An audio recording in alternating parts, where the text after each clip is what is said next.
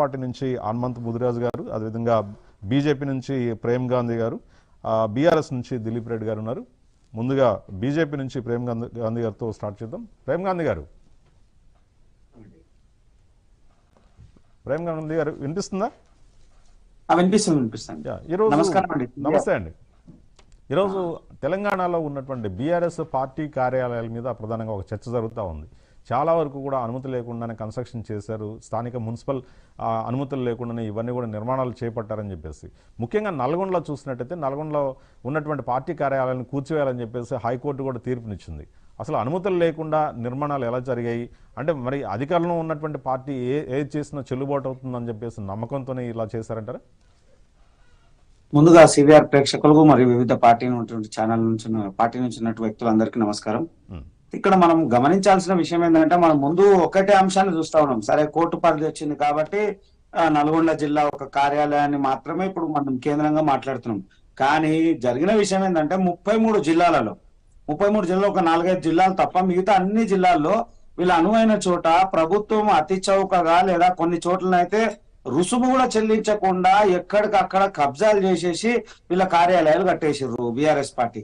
ఆ 10 సంవత్సరాల లయంలో వీళ్ళు కట్టింది కూడా ఎక్కడ అంటే, ఎక్కడైతే కలెక్టర్ ఆఫీస్ ఉంటుందో కలెక్టర్ ఆఫీస్ కి అతి దగ్గర, మెయిన్ రోడ్ కి అతి దగ్గర అంటే ఎక్కడెక్కడ ప్రైమ్ లొకేషన్స్ అన్ని కూడా చూస్ చేసుకొని ఆ ప్రైమ్ లొకేషన్ లో కట్టడము, ఆ కట్టినటువంటి కొన్ని కార్యాలయాలు అసాంఘిక కార్యక్రమాలు జరిగినట్టు కూడా మనం వార్తలు వచ్చినట్టు చూస్తా ఉన్నాము.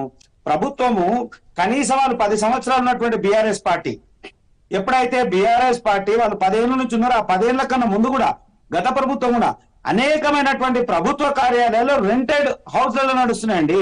ఎక్కడెక్కడైతే చాలా ప్రభుత్వం ఉన్నటువంటి కార్యాలయాలు అద్దె భవనాలలో నడుస్తుంటే దానికి వీళ్ళు ప్రత్యేకమైనటువంటి మార్గాన్ని వెతుక్కోలే కానీ ముందు వీళ్ళ పార్టీ ఆఫీస్ చేసేటువంటి పరిస్థితి వీళ్ళు తీసుకొని వచ్చారు.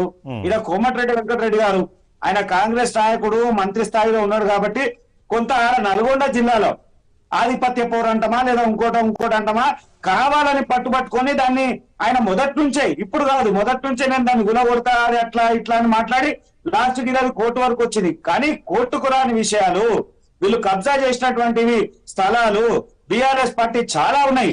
వీళ్ళు కబ్జా చేస్తారు, పార్టీ కార్యాలయాలు కబ్జా చేస్తారు, పార్టీ నాయకులు కూడా అదే ప్రాంతంలో ఎకరాలు కూడా కొంత కబ్జా చేసే ఉన్నాయి. కొన్ని ప్రభుత్వ స్థలాలు అతి చౌకగా కొన్నటువంటి దాఖలాలు ఉన్నాయి.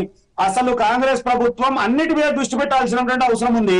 ఇప్పుడు ఏదో ఈ తీర్పు వచ్చింది ఒక నల్గొండ జిల్లా కాదండి, ప్రతి జిల్లాలో వీళ్ళు ఇష్టానుసారంగా చేసుకుంటూ పోయింది.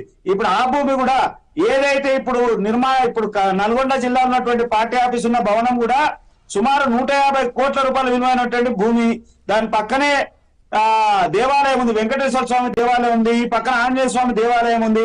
ఒకవేళ వెంటనే అక్కడ ఉన్నటువంటి కాంగ్రెస్ ప్రభుత్వం దాన్ని కూల్చేసి అక్కడ ప్రజలకు ఉపయోగపడేటువంటిది మళ్ళా అది ఖాళీ ఉంచితే మళ్ళీ కాంగ్రెస్ కబ్జా చేస్తుంది, లేదా ఇంకేదో చేస్తుంది, లేదా వేలంపా ఏదో ఒకటి చేయగలుగుతుంది. కానీ ప్రభుత్వానికి ఉపయోగపడేటువంటి అవసరం అక్కడ ఉమెన్స్ కాలేజో లేదా మెడికల్ కాలేజ్ కి సంబంధించిన అంశమో లేదా ఇంకేదైనా ప్రభుత్వానికి లేదా ప్రజలకు ఉపయోగపడేటువంటి కార్యాలయాన్ని నిర్మిస్తేనే ఈ స్థలాలు ప్రభుత్వ స్థలాలు నిలబడతాయి.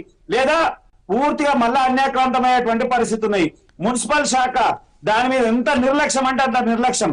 పదే ఎన్నో సందర్భాల్లో అధికార పార్టీ లేదా భారతీయ జనతా పార్టీ కూడా దాన్ని ప్రశ్నించినప్పుడు అక్కడ మున్సిపల్ శాఖ అస్సలు రెస్పాండ్ కానటువంటి దాఖలాలు ఉన్నాయి. సరే, ఇప్పుడు కోర్టు తీర్పు కన్నా వెంటనే ఇచ్చేస్తారా, మళ్ళా దాంట్లో కూడా కాలయాపన చేస్తారా, మళ్ళీ ఇంకేం చేస్తారో చూడాలి. వీళ్ళకి ₹1,00,000 అంటే నల్గొండ జిల్లాకు సంబంధించినటువంటి పార్టీ కార్యాలయం ఒక చర్చకు వచ్చినప్పుడు కూడా రాష్ట్ర వ్యాప్తంగా గత బీఆర్ఎస్ ప్రభుత్వ హయాంలో అన్ని పార్టీలకు కూడా పార్టీ కార్యాలయాలు నిర్మించుకోవడానికి స్థలాలు కేటాయించడం జరిగింది. కొన్ని పార్టీలు నిర్మాణాలు కూడా చేపట్టినటువంటి పరిస్థితి ఉంది. అయితే ఇప్పుడు ఒకటి బయటకు వచ్చిన తర్వాత అసలు అనుమతులు ఉన్నాయా లేదని చెప్పేసి నల్గొండ విషయం బయటకు వచ్చిన తర్వాత మిగతా అన్ని జిల్లాలకు సంబంధించినటువంటి అన్ని పార్టీలకు సంబంధించినటువంటి పార్టీ కార్యాలయాలకు సంబంధించినటువంటి చర్చ కూడా తెర మీదకి వచ్చింది. మీరేమంటారు?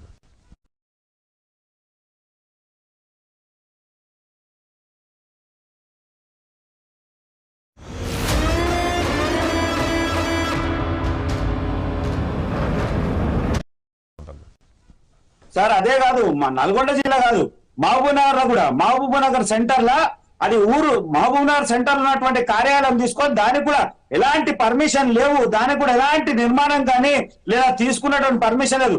ఈ బాజాప్తా గవర్నమెంట్ వాళ్ళ అబ్బా సొత్తు అన్నట్టు కబ్జా చేసుకొని కట్టేసింది. ఇట్లా అన్ని చోట్ల అండి, ఒక్క చోట్ల కాదు.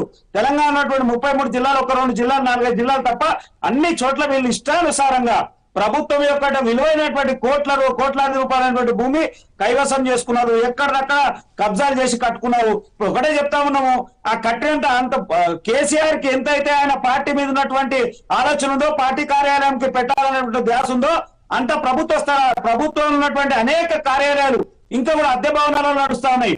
కొన్ని కార్యాలయాలు వర్షం వస్తే నీళ్లు గారుతా ఉన్నాయి. కూర్చోడానికి కనీస వసతులు లేవు. శిథిలావస్థలో ఉన్నటువంటి పోలీస్ స్టేషన్లు ఉన్నాయి, శిథిలావస్థలో ఉన్నటువంటి గవర్నమెంట్ హాస్పిటల్స్ ఉన్నాయి, శిథిలావస్థలో ఉన్నటువంటి స్కూల్స్ ఉన్నాయి. ఇవన్నీ గుర్తు రాలేదు. ఆయన కార్యాలయాలు లేదా ఆయనకు సంబంధించినటువంటి అనువాయులు ఎవరు ఉన్నారో వాళ్ళకి అనుకూలమైనటువంటి వాతావరణం అంతా ఇచ్చేసుకున్నారు. ఈ 10 సంవత్సరాలు బీఆర్ఎస్ పార్టీ ఆ 10%, 5% పార్టీ నాయకులు కబ్జా చేసుకుంటే 90% వీళ్ళ కుటుంబానికి తప్ప వేరేకి ఉపయోగపడ్డాడు దాఖలాలు లేవు.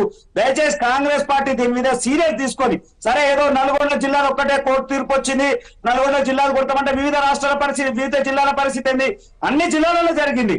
జిల్లా కేంద్రాలలో అనేకమైనటువంటి స్థలాలు, అలాగే కొన్ని చోట్ల భూములు, కొన్ని ప్రత్యేకమైనటువంటి ట్రస్టులు చేసి ఆ ట్రస్టులకు కూడా భూములు ఇచ్చినట్టు దాఖలాలు ఉన్నాయి. అవన్నీ కూడా తీయాల్సినటువంటి అవసరం కాంగ్రెస్ పార్టీ పైన ఉంది. ఓకే అండి, మళ్ళీ మీ దగ్గరికి వస్తానండి. కాంగ్రెస్ పార్టీ నుంచి హనుమంత్ ముదిరాజు గారు ఉన్నారు. హనుమంత్ గారు,